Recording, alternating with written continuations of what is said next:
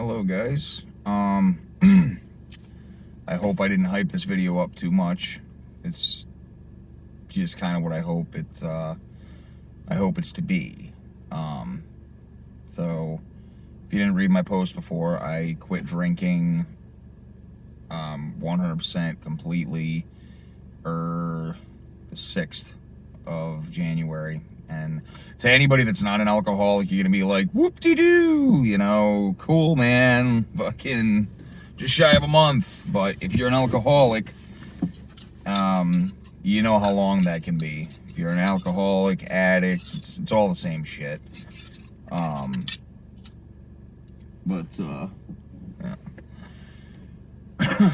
So I'm just gonna try to condense it down and share with you my experiences of what even such a brief time of sobriety has brought me, and it's pretty fucking mind-blowing. So without any further ado, so my family's been telling me for quite some time now, like, just give it a week, give it 2 weeks, and your mind will change, your thought process, your outlook, your attitude, everything will change.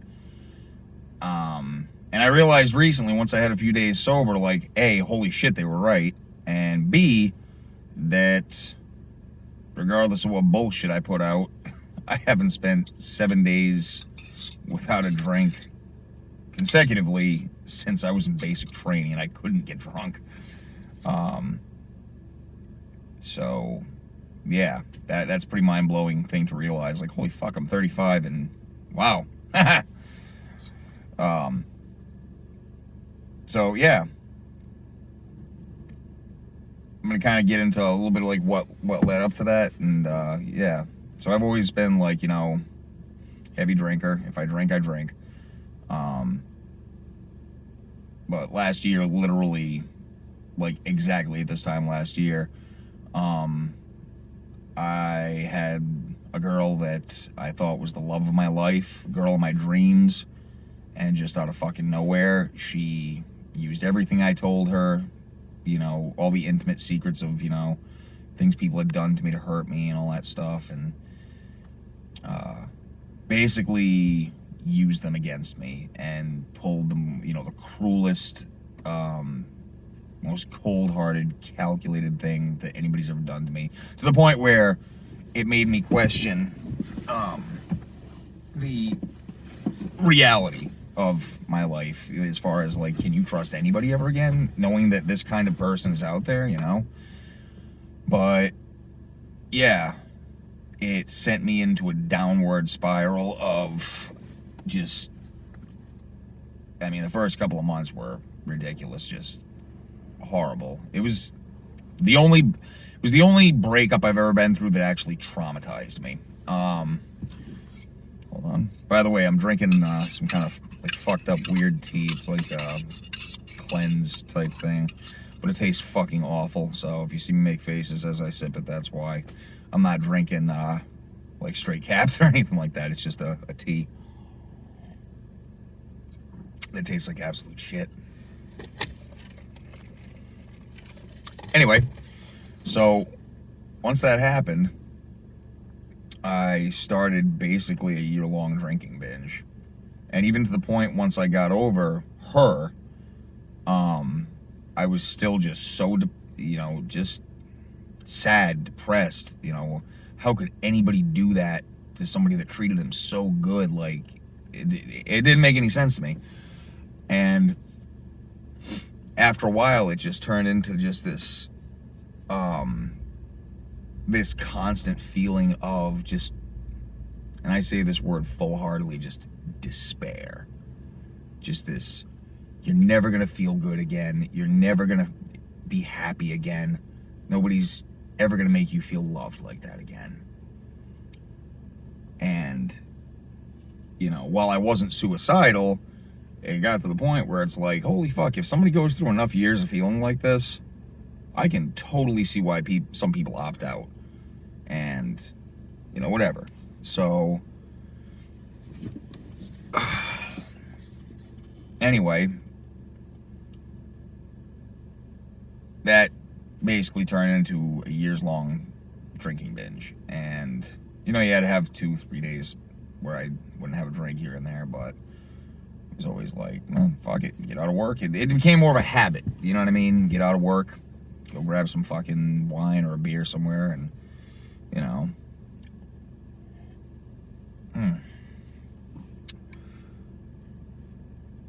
So, fast forward, all the other shit's like little minor details. Fast forward a little bit, and January 6th, I went out with my grandmother, and I had just, like, at this point, I just had felt so depressed for so long.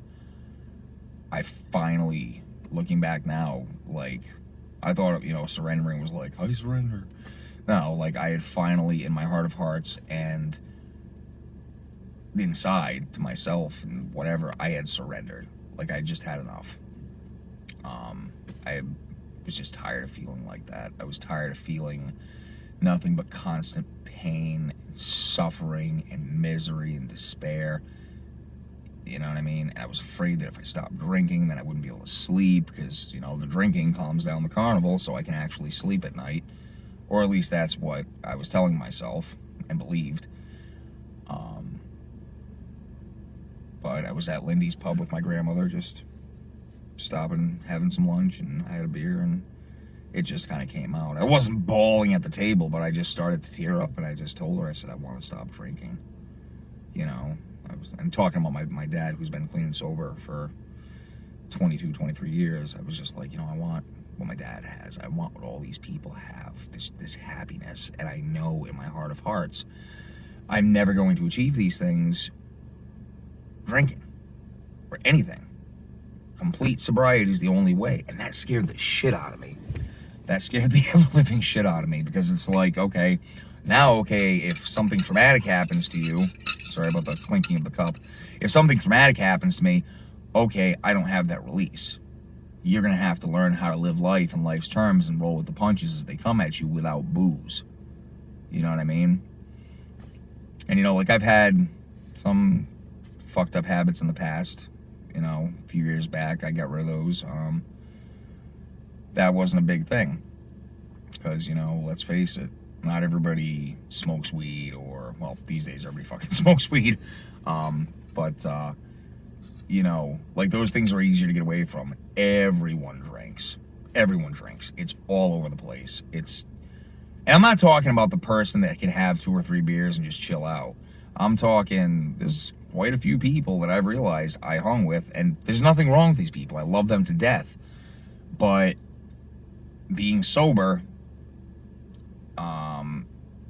if you've ever been sober around a drunk, it's not the easiest fucking thing in the world. It's emotionally, mentally draining.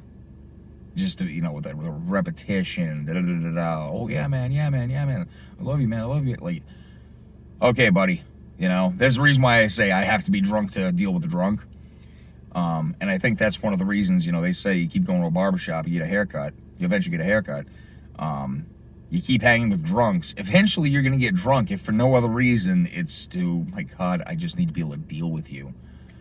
So, you know, that's really the only thing that's been negative out of this whole thing is realize, or that fear that, like, okay, you know, and it's not even really negative, but it, like, that fear of, okay, the few friends I do have,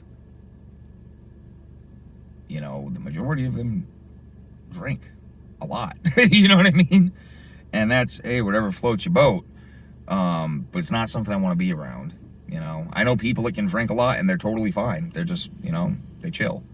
They don't get repetitive and all obnoxious. But that was like one of the things, like, okay, I naturally isolate. Now I'm isolating myself even more, and I'm trying to stay sober, and being alone all the time, because I'm afraid that, like, this depression and shit is just going to stay there. Like, that's part of me now. I'm thinking that. So I got all these things going through my head. And whatever. The 6th, I decided I'm surrendering. And I went to a meeting that night. There's a Narcotics Anonymous meeting right near my house. It's actually a really good meeting. You know, they don't care if you're an alcoholic, drug addict, whatever. They're just really good people. It's a small meeting. Grand Central Station up this yard tonight. bleh. I've been going every week since then, and it's just so nice to, I had experience with the program back in the day, but it's nice to be in such a small meeting, and, I feel at home. I feel like it's a safe space to express myself. But yeah, getting into it as far as, changes and whatnot,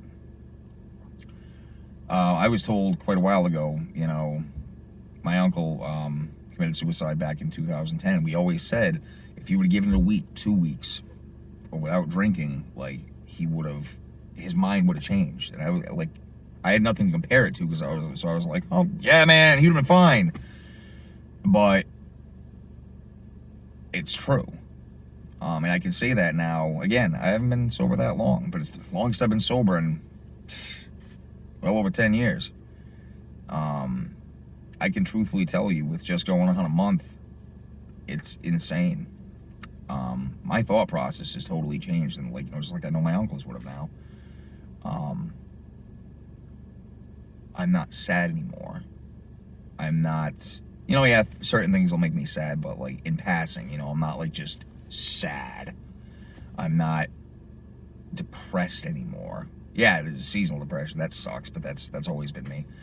I don't feel alone anymore. I'm not lonely anymore. Go figure, right?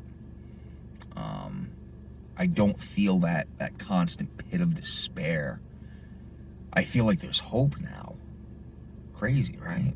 So I realized that I was drinking because I was horribly depressed, horribly, just desperation, despair. And I felt those feelings and the loneliness and all that because I was drinking. Drinking because of them, and because of them you're drinking. It's a vicious cycle, just like they say,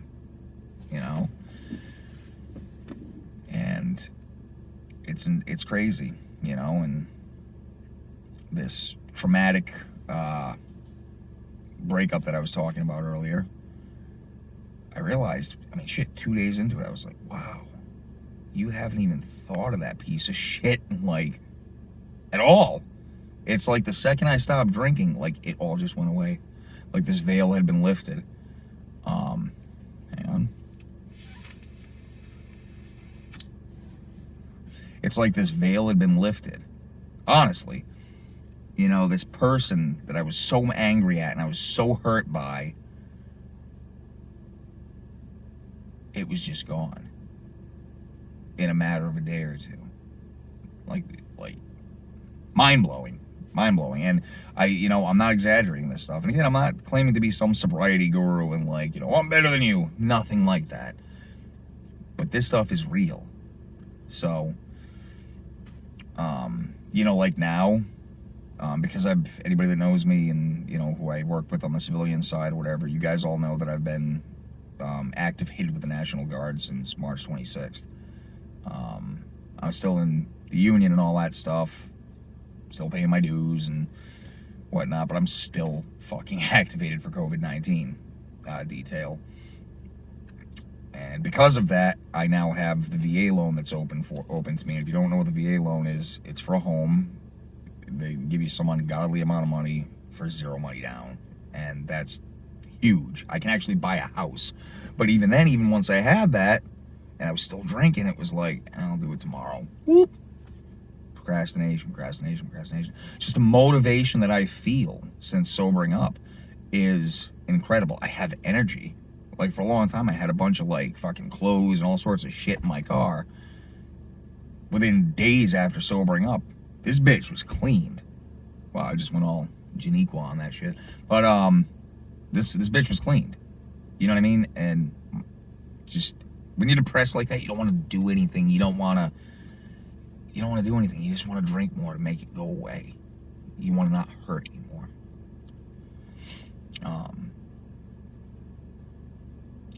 That's all you really want. It's just to not hurt. You don't want to move. You don't want to wake up. And lo and behold,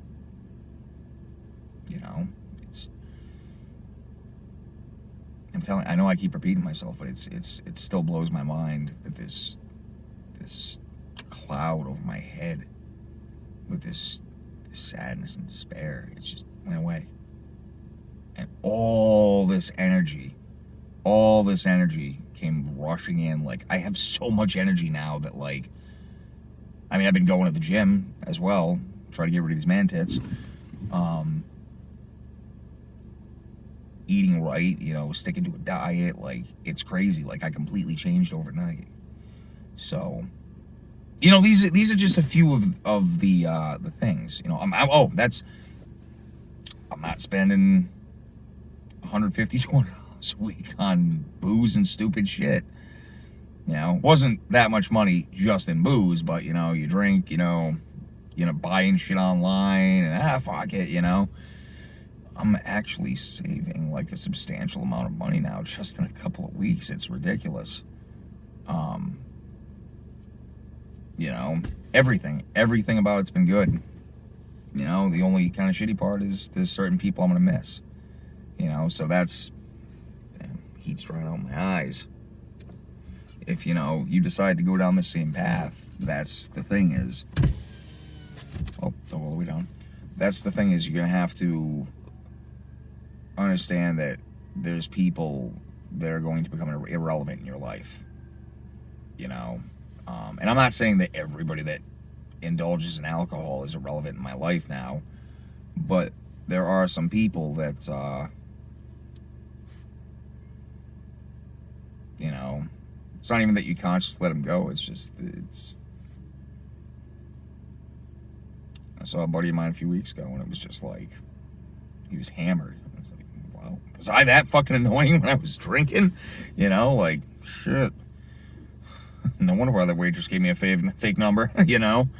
If that's what I was like, fuck, I would have given me a fake number too.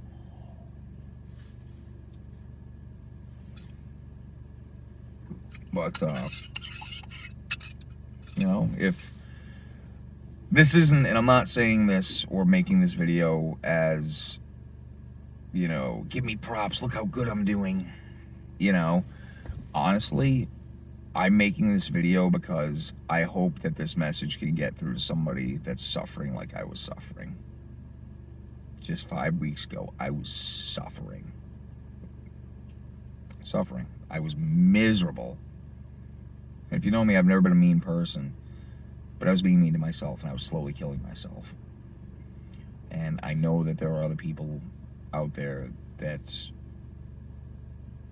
are doing the same thing. And my message to you is, you don't have to live like that. And I heard that back in the day in the program and stuff. My old man had said that to me once. And I was like, what do you mean you don't have to live with this? I have a couple of beers, you know what I mean? Now I understand. I was living in such a shitty way that, and such a, you know, they say cunning, baffling, powerful. It's such a cunning, baffling, powerful enemy that you don't even realize it at the time. You don't realize the state of desperation, despair, misery you're in. And the thing you're using to try to get away from that is the reason you feel that way in the first place, and the reason why nothing ever gets better. And you know what I mean? Like, it's like you're wearing blinders, and you can't see that. I'm not gonna lie to you, the first couple of days fucking suck. You know what I mean? Like, I'm not talking like withdrawals or anything like that. If you're a really bad boozer or drug addict, whatever, you're gonna feel withdrawals. That wasn't really the case with me. It was just like, your sleep's not right and blah blah blah. It's a lot of emotions come out, a lot of emotions, stuff like that. But at the same time, good emotions too. I was, first time in years, I was watching Mr. Right with my mom, which is a really good, funny movie. And I was laughing hysterically. I haven't genuinely laughed like that in literally years. And something as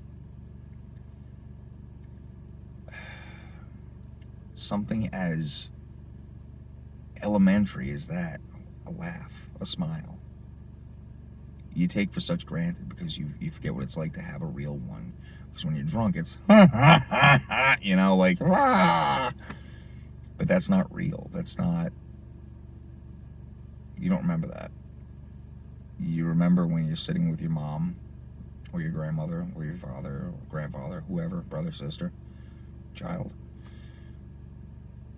and have something meaningful and beautiful, like laughing in a movie, something simple, something that I took for granted for so long.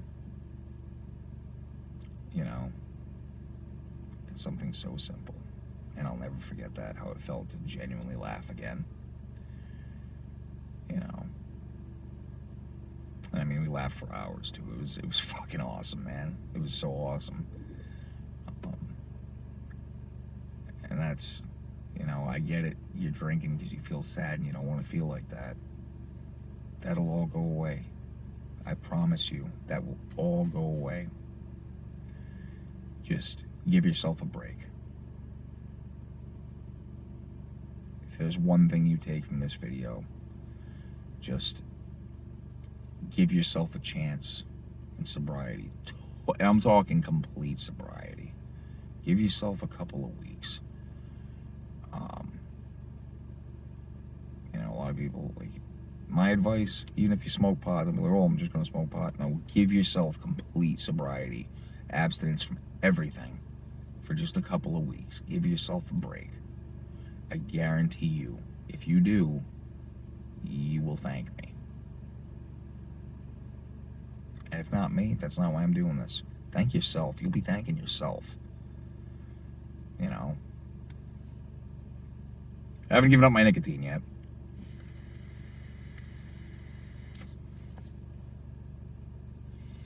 You know? The sun will be a little bit brighter. You know? Food will taste a little bit better. Life's a lot of bit sweeter. And I know this all might sound like a cliche to you. I love waking up in the morning now. I don't go to sleep wishing I wouldn't wake up. I can't tell you how many nights I went to bed with my eyes full of tears just because it hurt just to be alive. Just the sadness, and there was no end in sight. Not to mention, you wake up every morning feeling like shit. That's something I definitely don't miss. Not waking up hungover and you gotta wait till the afternoon and a ton of water if you're not throwing up.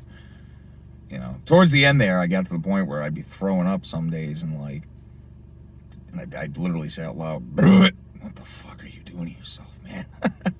You know?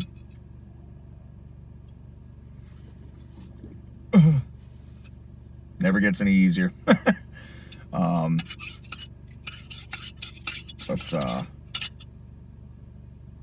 This is the best thing I've ever done for myself, and I wish I could go back years and kick myself in the nuts and say, hey, asshole, wake up. It gets so much better.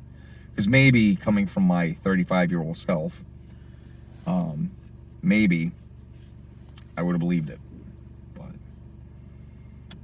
that's it. Let's see, we're at 23:33 right now. I hope that, if nothing else, this might inspire some people to do the same thing. You know, don't worry about being sober next week or tomorrow. Worry about just for today. I know it's cliche. It's just for today. Not saying I won't ever drink again. I'm just sober for today. That's all that matters. One day at a time. That's it. If you took the time to watch this, I appreciate you. And even if you're not an alcoholic, maybe you know somebody that is, and maybe they can get some good from this video. You know, pass it on to the addict or the alcoholic that still suffers. And believe me, they are suffering. They're masking pain of some sort. They're masking trauma. Remember that it's easy to point your finger at some drunk or junkie or whatever and judge them, but they're not like that because they're happy. They're like that because they're hurting, because they're miserable and they're dying inside and they're slowly killing themselves in the process. So I hope this helps somebody. If not, if nothing else, I hope it gives some of you guys some insight into what your boy's been up to. Yeah. If you wondered at all, I'm doing great, and I hope you guys are all doing good too. To my elevator boys out there, soon, guys. I'll be back soon. I miss it. I miss the shaft life. For right now, I'm still gonna be putting on the pickle suit every day. Still going to school and whatnot. But if you guys ever want to get together, grab a soda or whatever, and before a meeting, just let me know. But I love you all. Yeah, thanks for watching. Bye.